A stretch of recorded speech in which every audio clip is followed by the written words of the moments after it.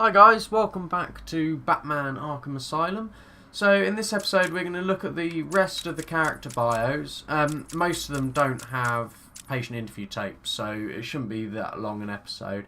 But there's some interesting ones, it seems, down here, so I want to go through them. So Harley Quinn, one of my favourite comic book characters. She was originally a psychiatrist called Dr. Harley Quinzel. The Joker manipulated her and changed her mind and corrupted her, so she took on the criminal identity Harley Quinn.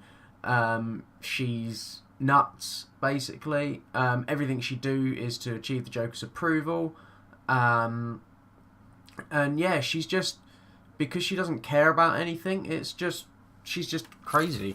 So she's Harley Quinzel. She's a professional criminal. Blue hair, blue eyes, blonde hair, 5'7", 140 pounds. She actually came in 1999, but that was her first comic appearance, I believe. I believe she came in earlier in the animated series. She was introduced and created for the animated series, so I believe that's her first comic appearance. Right, Catwoman is next. So, an orphan who learned to survive on Gotham City's streets. Selina Kyle took to thievery to survive, but determined to do it in style, she learned martial arts and trained extensively to perfect her skills at cat burglary. Her criminal activities are often tempered by reluctant altruism, making her an inconstant villain and occasional hero. She regularly eludes capture by Batman and maintains a complicated adversarial relationship with Batman that frequently turns flirtatious and occasionally legitimately romantic. So in Batman Hush that I'm reading at the moment, Selina is Bruce Wayne's girlfriend, and Catwoman and Batman have a thing going on.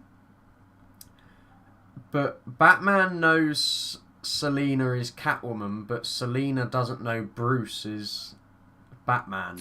So I think he might have just told her. I can't quite remember. So yeah, they're her facts. Let's move on to Mr. Freeze. What killed the dinosaurs? The Ice Age! No, we're not going to go into those awful ice puns and whatever. So Victor Freeze, he was a cryogenicist. His wife got really ill. He placed her in suspended animation and was working on a cure. But the corporation that funded the research pulled the plug, causing an accident that turned him into cold-blooded, which means he has to be kept cold.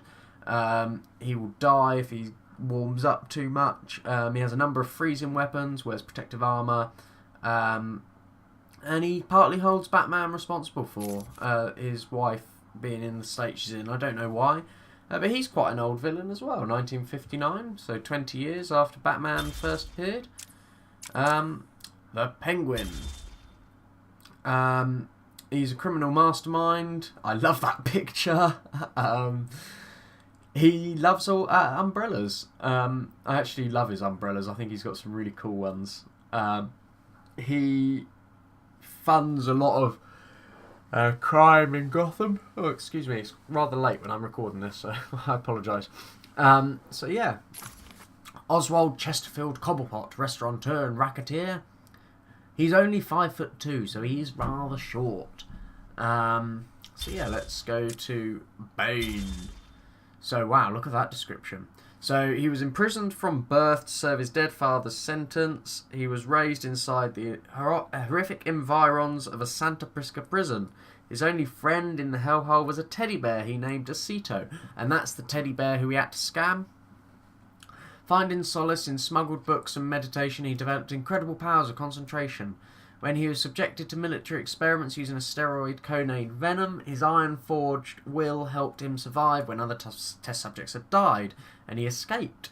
Determined to prove his worth, he sought out Batman and broke the Batman's spine, but Batman recovered and managed to best Bane, cutting off the precious Venom supply that transforms Bane into a superhuman. We don't know who he really is. He's a professional criminal. He has brown eyes, or green when he's on Venom, brown hair, 5'6", but he turns to 6'8". And look at that, he more than doubles in size. Oh, and Bane actually came in 1993. That's quite cool. That can't have been much before Batman Forever, when he was with Pamela Isley in her lab in the Val Kilmer one. Anyway, Scarecrow. I love Scarecrow.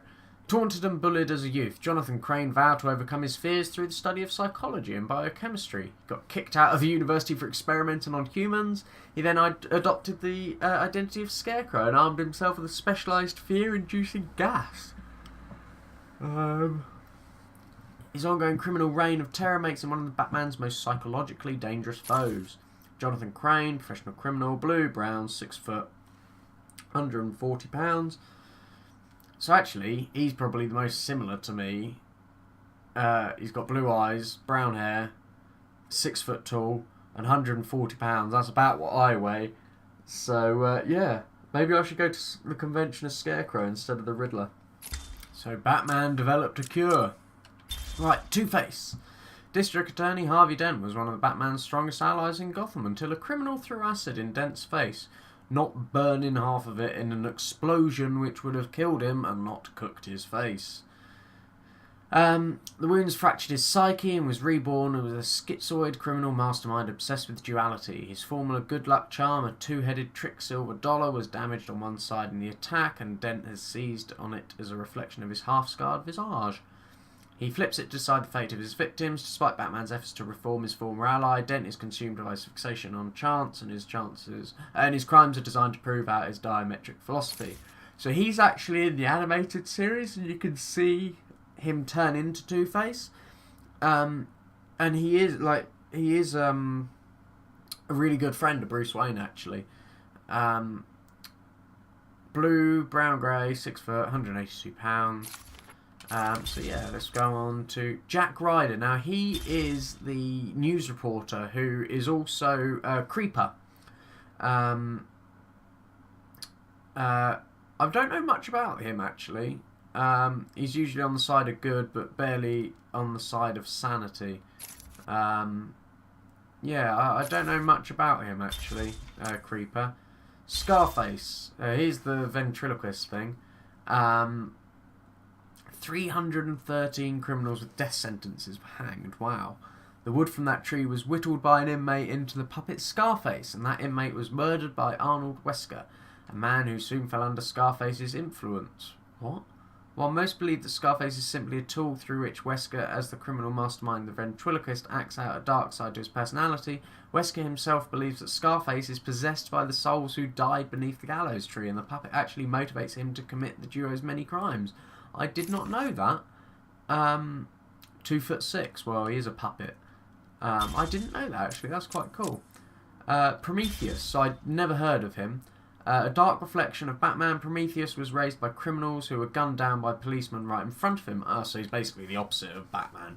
Dedicating his life to destroying the law, Prometheus travelled the world and trained in the ways of murder. Clad in an armoured suit that maximises his natural skills, he is a master assassin whose physical and mental abilities rival Batman's own. So he was born... Oh, not born. His first appearance was in 1997, so that's quite late as well.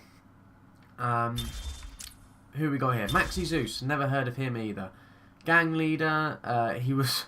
Wow, okay. So he thinks he's a deity. He became a power player in Gotham City Underworld. Right, so he's a bit of a nut job. Yeah. 1979, so that's quite old. Hush! Now this is the comic I'm reading. Tommy Elliot, yeah. They were childhood friends. Elliot tried to kill his parents so he could inherit their fortune. Oh, I didn't know that.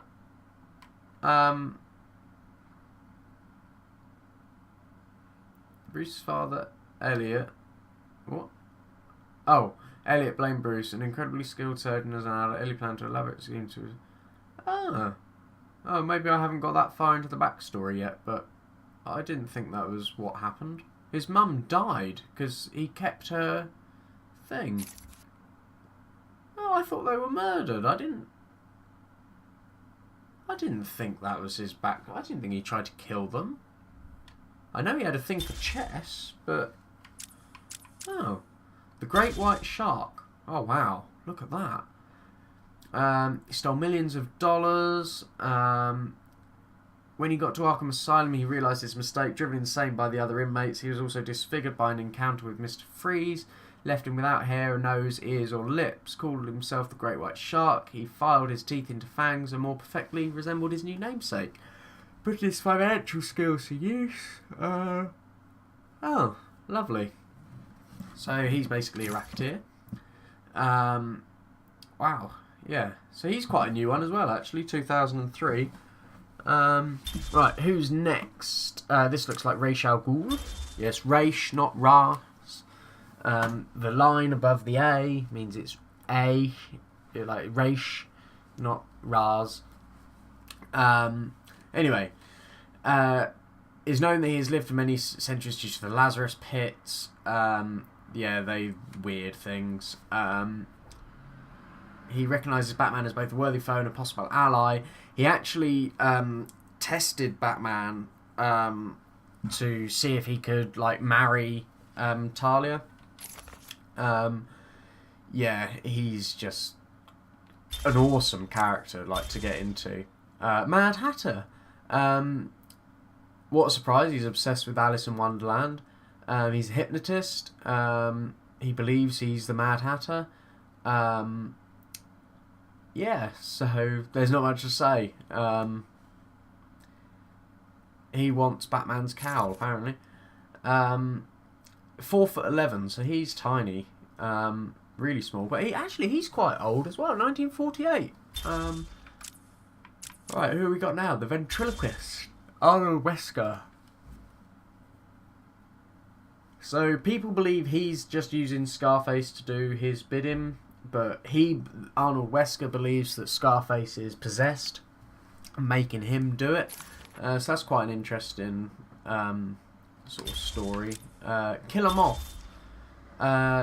Drury Walker was a minor criminal who adopted the identity of Cameron Van Cleer, a master criminal who in turn masquerades as the costume supervillain Killer Moth.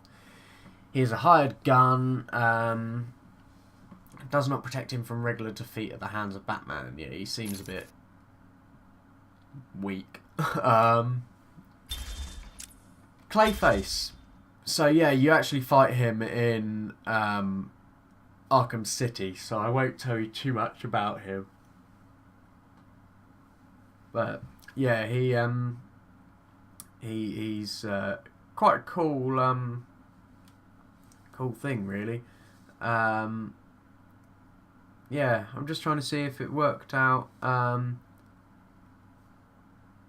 Yeah. Basil Carlo, 6'5". Yeah, he's quite a cool thing. Clayface. Hugo Strange. Now he becomes very important in Arkham City, and you'll learn a lot more about him in Arkham City. So I'm not going to read that out. You can pause it if you want to find out more. Because I want to leave Arkham City as a sort of a surprise. The Ratcatcher. He was actually employed as a rat catcher in Gotham. Oh wow, I didn't know that. He can control rats, so he started using that as crime. He's able to do as much damage within prison as without. Okay, that's quite cool. Using the rats to send messages around prison. Humpty Dumpty. Oh wow. An obese, bald man nicknamed Humpty Dumpty for his egg-like form, Humphrey Dumpler, oh dear, is obsessed with taking things apart and putting them back together. Okay. Dumpler's crimes extended the gruesome attempt to fix his abusive grandmother by dismembering her and then attempting a Frankenstein. Oh wow. He is a model inmate, his quiet nature and imposing physique, inuring him to the madness surrounding him. Oh. Humphrey Dumpler. Wow. He dismembered his grandma. Black Mask. So we know about him. He was in Arkham Origins. So yeah, you can watch those videos. Watch the Arkham Origin videos if you want to know more about Black Mask. Firefly. He's also in Arkham Origins. So if you want to know a bit more about him, go watch the Arkham Origins videos that I did. I know they end after we defeat Firefly, but yeah. So, Tweedledum and Tweedledee, Diva and Dumfrey Tweed both shared criminal leanings with the fixation of Lewis Carroll's. What is it about DC and Alice in Wonderland? I'm sorry about that helicopter outside, if you can hear it. I'm not sure if my mic will pick it up. So I'm not going to go through all the Chronicle of Arkham's, because, not all the messages, but we'll go through that. Anyway, Calendar Man. Fixated on the calendar, Julian Day became the Calendar Man, timed and tied his criminals thematically to certain holidays throughout the year, often leaving clues by which he could be caught. So yeah, 6'3", blue eyes, brown hair, although he's bald in that picture. So he's quite an old one, 1958. Amadeus Arkham. He founded the Arkham Asylum. He euthanized his own mother for her dementia. Okay.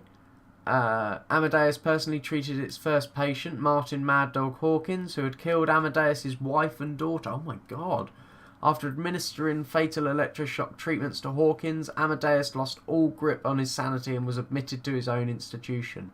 Now we know that because of the Chronicle of Arkham things, but wow. Poor guy. Although, yeah, he is a bit delusional. The Spirit of Arkham. So, Quincy Sharp, he's schizophrenic. He believes he is the Spirit of Arkham.